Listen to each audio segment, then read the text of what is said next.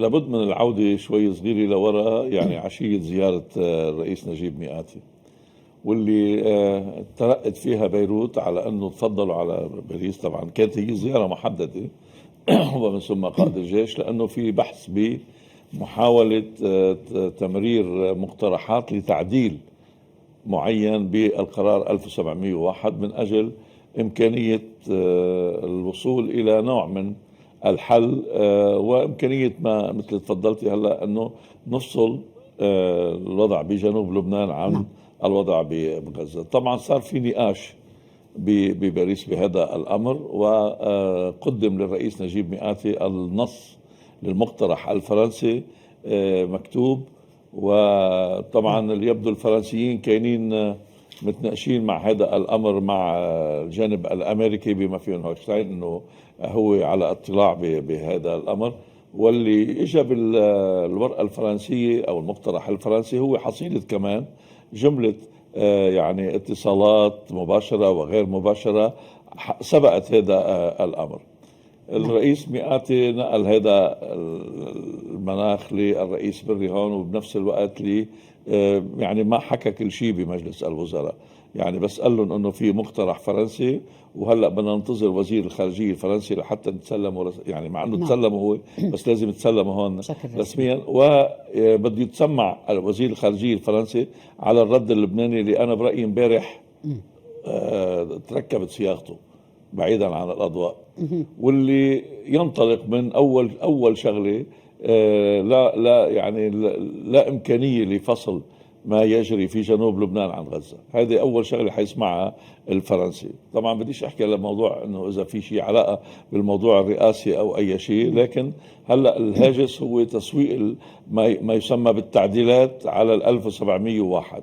الجانب اللبناني استنادا الى موقف المقاومه اللي بلغت الحكومه او بلغت رئيس الحكومه انه ما حدا يحكي معنا باي كلمه، فيكم تناقشوا اللي بدكم اياه، مساله انتشار الجيش، مساله تسليح الجيش، او اي شيء اخر، لكن انطلاق الحكي او المفاوضات اذا بدنا نقول مباشره او غير مباشره حول تنفيذ 1701 يجب ان ينطلق من قرار وقف اطلاق النار بغزه.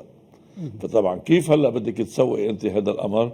ونحن هلا بعد شوي بنحكي انت بغزه رايحين على الجزء الرابع والاخطر من الحرب على غزه، واللي هو الاقتراب من رفح. وبالتالي اذا فتنا على رفح وهو حتصير بمحل ثاني من الوضع في جنوبي لبنان. اذا هلا الجانب الفرنسي بكره حيتلقى هذا الرد، لكن هذا ما بيمنع انه عم يتم النقاش ببعض البنود الاخرى اللي منها انه نشر 7000 جندي لبناني، قديش امكانيه المساهمه الاوروبيه والغربيه بتقديم المساعده للدوله اللبنانيه من اجل تغطيه تطويع 7000 عسكري، لانه انت بتاخذي من المحترفين لتنشريهم بدك تطوعي بدالهم انت لحتى تغطي، وبنفس الوقت شو طبيعه الاسلحه اللي بدها تكون مع الجيش. لكن انا اللي بدي اقوله وفق المعلومات كمان وكل شيء انه تبلغ الجانب اللبناني وبلغوا الفرنسيين واي شيء اذا بده يصير في تفاهمات. طبعا قلت لك عدم موضوع انك اذا وقف الاطلاق بجنوب لبنان هو على قاعده ان يعود الوضع الى ما كان عليه. ما حدا بيقرب وبيحكي كلمة لا شمال الليطاني ولا يعني إذا الرئيس بري قال لهم بننقل النهر للحدود، كمان في عندك شغلة اليوم ضمن المعارك والصراع صار القصة بتتعلق حتى يمكن توصل لإيلات يعني. فبالتالي بده يعود الوضع إلى ما كان عليه، مع كلمة أو عبارة أنه يعني بمعنى نشر الجيش وأخذ مواقعه في غيره، وبما في ذلك أنه ما بيعود في مظاهر مسلحة يعني بما هن اللي عم بيطالبوا فيه للمقاومة. أساسا ما نحن أولاد جنوب ونحن يعني عارفين أنه ما كان في مظاهر مسلحة. أساسا هلأ بظل سير المعارك ما في مظاهر مسلحة. في لحظة بتطلع منين بتطلع الصواريخ كيف ما حدا بيعرف، بس فقط بلحظتها، أما غير ذلك. لذلك هذا الأمر بده يروح إلى هذا الوضعية. إذا صار تفاهم، إذا وقف القتال بغزة، بنروح على خطة المرحلة الأولى فيها أول 3 أشهر اللي هي الاستعداد، يعني ببلش بنشر الجيش وحدات من الجيش، وقف اطلاق نار مش وقف اطلاق نار يعني بما معناه ما بقى في قتال، بيوقف القتال على بالجنوب، بس بالمقابل بدها تتعهد إسرائيل وبدها تضمن الدول اللي مشاركة بهالمفاوضات بأنه توقف خروقاتها وتحليق الطائرات الإسرائيلية فوق جنوب لبنان. بعد 3 أشهر هن هلا عم يحكوا وفق المقترح، ما بعرف إذا حتوافق المقاومة أو الحكومة اللبنانية، يبدأ الكلام عن 7 نقاط مش 13 المختلف عليهم تعود إلى الدولة اللبنانية، وأيضا الكلام حول شو الوضعية اللي بدنا نعملها بمزارع شبعة وتلال كفر شوبة ونقطة البي 1 وغير ذلك.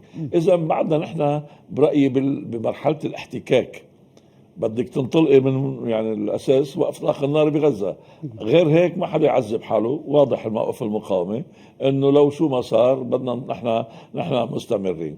هيدا بخلي الفرنساوي إنه يسوق فكرته، حيروح على السعودية يبلغ بالأفكار وبنفس الوقت على الكيان، لكن سيبقى الوضع الميداني على الوتيرة اللي هو شغال عليها، وما بعرف إذا بتكبر ولا بتصغر هلا وفق المعطيات اللي حتصير بهالأسبوعين. نعم.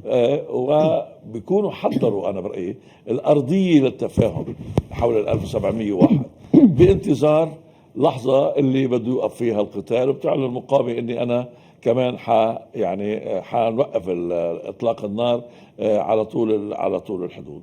هونيك بقى بنفوت بال 1701. هون السؤال بعد، هل اسرائيل اللي بدها تحاول انها تحقق بعض يعني او ما تعطي المقاومه اول شيء قصه الانتصار على ان هي وصلت الاسرائيلي الا انه 250 الف يفلوا الى هذا الوضع الردعي ذات الطابع الاستراتيجي او اي شيء، هل بتخلي المفاوضات حول ال 1701 على ايقاع النار؟ بمعنى بتضل عم بتواصل اعتداءاتها، بتضغط تضرب لها كم ضربه اقوى لحتى تحاول انها تضغط على الحكومه اللبنانيه في سبيل الحصول على بعض التنازلات او التراجعات. انا برايي هذا بالعكس بده يرجع يزيد الامور توترا. هيدا اللي نحن بهذا يعني حضرتك كأنه عم بتقوي شروطها.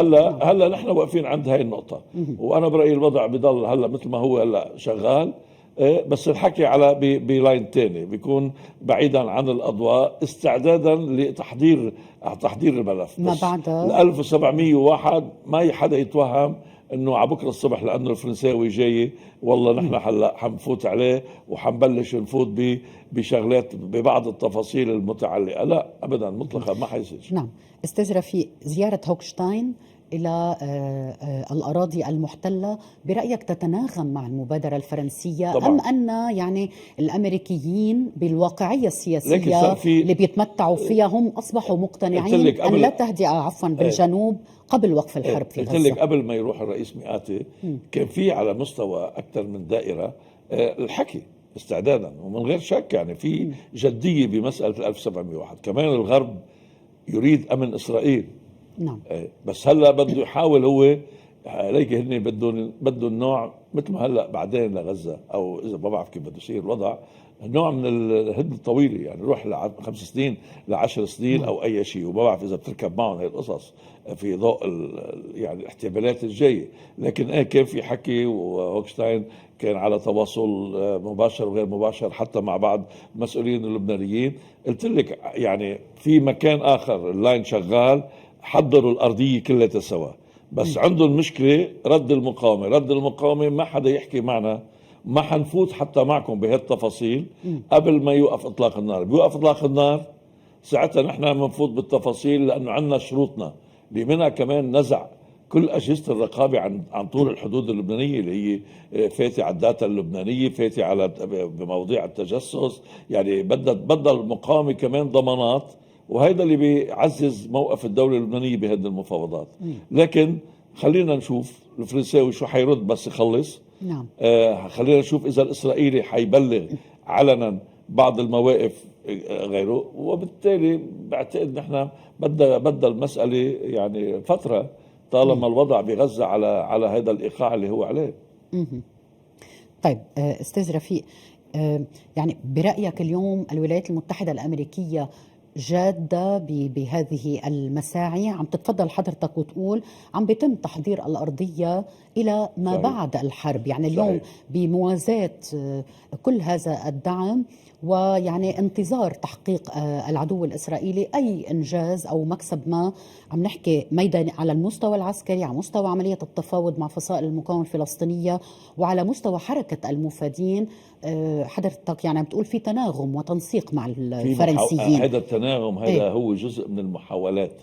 لكن أنا إذا بتسأليني رأيي الشخصي يعني خلال قراءتي للصراع العربي الإسرائيلي وهلأ البنيوية المركزية القرار عند الإسرائيلي، لا الإسرائيلي مكمل ويريد الذهاب إلى رفح، وبعتقد معركة رفح بتبلش لما بيخلص هذا اللي حكيتي عنه اللسان البحري، لحتى إذا صار في أي يعني بدايات لمطحنة كبيرة وغيره، أنه هذا اللسان يكون مش لتنزل المساعدات، لا لإخراج البعض أو الآلاف أو عشرات الآلاف عن طريقه.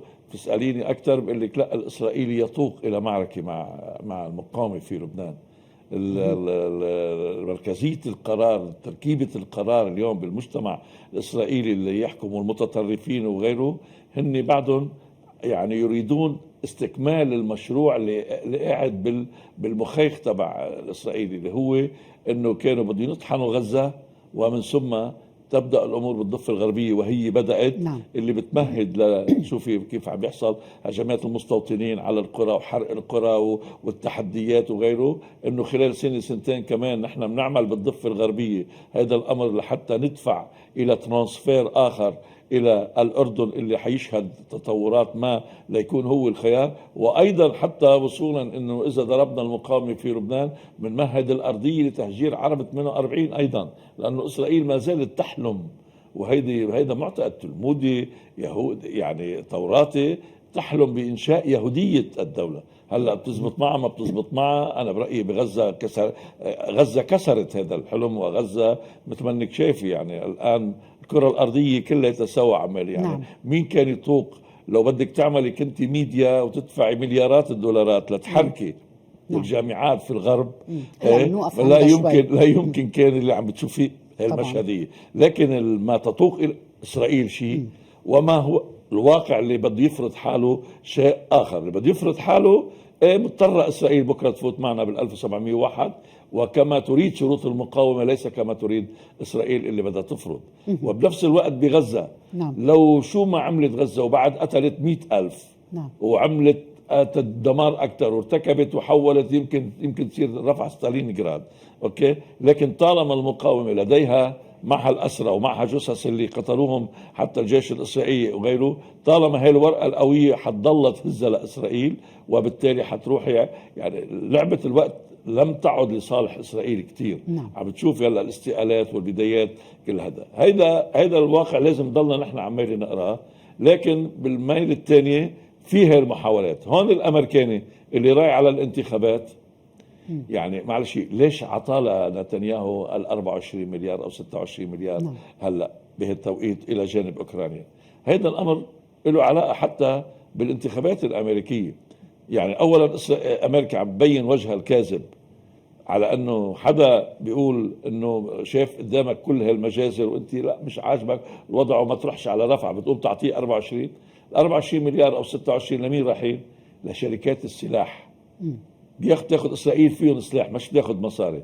شركات السلاح هي أحد صناع الرئاسات الأمريكية.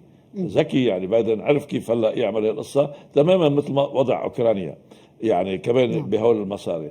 طيب إذا الأمريكي المنحاز، الأمريكي الشريك الكامل، الأمريكي الحامي إسرائيل، شفنا وقت الضربة الإيرانية، فهو كاذب لكنه عم بيحاول يجمل حاله، وبنفس الوقت عم بيحاول يقدم حاله وكأنه هو الوسيط.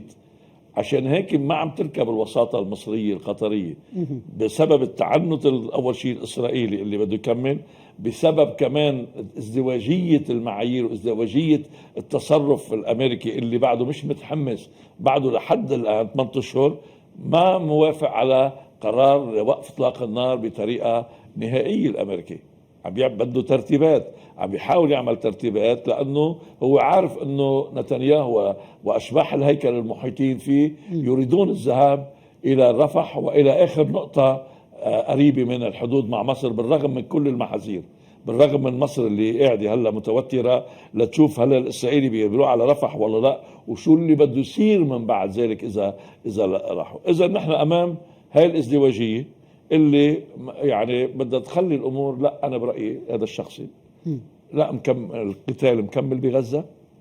إسرائيل لحد هلا ما حققت رغم كل حولت وجه غزة إلى ما يشبه وجه المقبرة المحطمة وكل شيء، لكن طالما الأسرى بعدهم موجودين، طالما عم تطلع عمليات، طالما بعده الموقف بهالطريقة، لا معناتها ما في إمكانية. نتنياهو بطبيعة تركيبته هلا ما حيوافق على أي خطة لا لتبادل الأسرى. عشان هيك لاحظي هلا بلشت بعض قيادات الجيش وغيره تقول له لا خلينا نوافق. نعم. هاي حتى هلا سمعت خبر انه هاي المبادره المصريه قد تكون الاخيره هي والقطريين. نعم. شو صار مع القطري من فتره؟ صار في ضغوطات امريكيه على القطريين، وبعض النواب الديمقراطيين قدموا ضد قطر خمس دعوات، منها انه هي بتدعم الارهاب، هي المموله لحماس، قناه الجزيره شو عم تلعب دور، كل هالامور. نعم. هاي وانه لازم تطرد قاده حماس. فزعل القطري اللي كان عم بيحاول هون، وشاف بعدين بالرغم من بعض علاقاته مع الإسرائيلي ومن بعض كل شيء ما وصل لحائط مسدود وضغوطات عليه عم تزيد، قام وقف. لاحظي كيف وقف كمان رئيس وزير الخارجية، رئيس وزراء القطري كان كتير متضايق وقال بدنا نعيد حساباتنا بها. يبدو انه حصل شيء اول امبارح، صار في حكي امريكي مع القطريين ومع المصريين، اعلنت القاهره عن مبادره جديده، بيجي مدير المخابرات المصريه هلا موجود بالكيان، والقطري قال حنرجع نحرك. لاحظي انت اللعب على الوقت. الاسرائيلي عم يطحن على الارض، المعارك شغاله، وضع الشعب الفلسطيني بغزه على ما هو عليه، ومع هذا كله منبلش ما منبلش، لا ايه منوافق ما منوافق. اذا نحن لا امام طريق يعني انسداد كامل. هذا بيخليك تقولي انه المعارك حتضلها متواصله. معارك متواصله بغزه وقريبه من رفح، معارك متواصله بجنوب لبنان عم تشمل هلا هضبه الجولان، والوضع على ما هو عليه.